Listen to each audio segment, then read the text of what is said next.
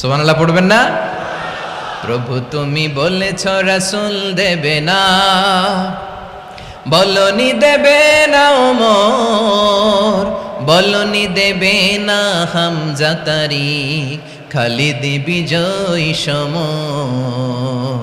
প্রভু তুমি বলেছ রাসূল দেবে না, বলনি দেবে না ওমর, বলনি দেবে না হামজা তারিক, খালিদ বিজয় সমর। প্রভু তুমি বলেছ রাসূল দেবে না। আল্লাহু আকবার। ওমর ফারুক রাদিয়াল্লাহু তাআলা আনহু, ওনার কথা শুনলে গায়ের মধ্যে গুজবাম হয়, গায়ের পশমগুলো দাঁড়িয়ে যায়। সুবহানাল্লাহ বলেন। কি পার্সোনালিটি ছিল, কি ব্যক্তিত্ব ছিল। মুনাফিকরা ওমর ফারুককে জমের মতো ভয় পেতেন। শয়তান, খুদ শয়তান এই রাস্তা দিয়ে আসলে শয়তান অন্য রাস্তা দিয়ে হাঁটতো।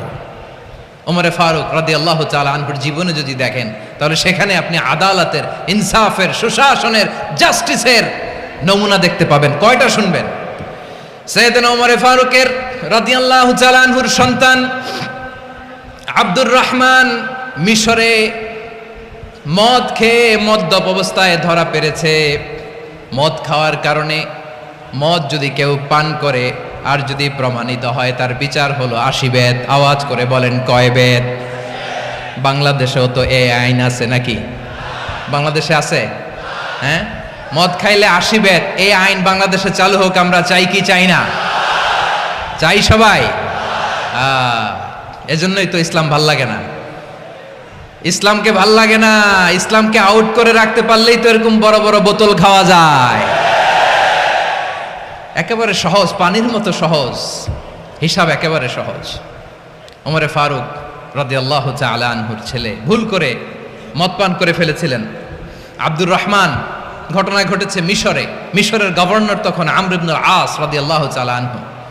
আব্দুর রহমানের ভাই যে গভর্নরকে বলল, গভর্নর যদি একটু দয়া করেন, খলিফার ছেলে আমার ভাই আব্দুর রহমান মদ্যপ অবস্থায় ধরা পড়েছে, জনসম্মুখে যদি আপনি বেত্রাঘাত করেন আমাদের প্রেস্টিজ থাকে না, যদি 80 বেত আপনি মারেন আমার কোনো কথা নাই, কিন্তু ঘরের ভেতরে মারেন।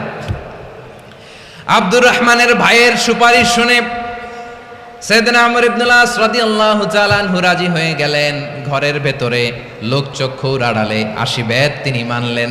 কিন্তু ঘটনাক্রমে এই কথা লুকিয়ে লুকিয়ে ঘরের ভেতরে 80 বেত মারার কথা সাইয়েদনা ওমর ফারুক মদিনা থেকে জানতে পারলেন। মদিনা থেকে তিনি ফরমান জারি করলেন, এই বিচার যেমনটি আমর ইবনুল আস আদায় করেছে এটা প্রকৃত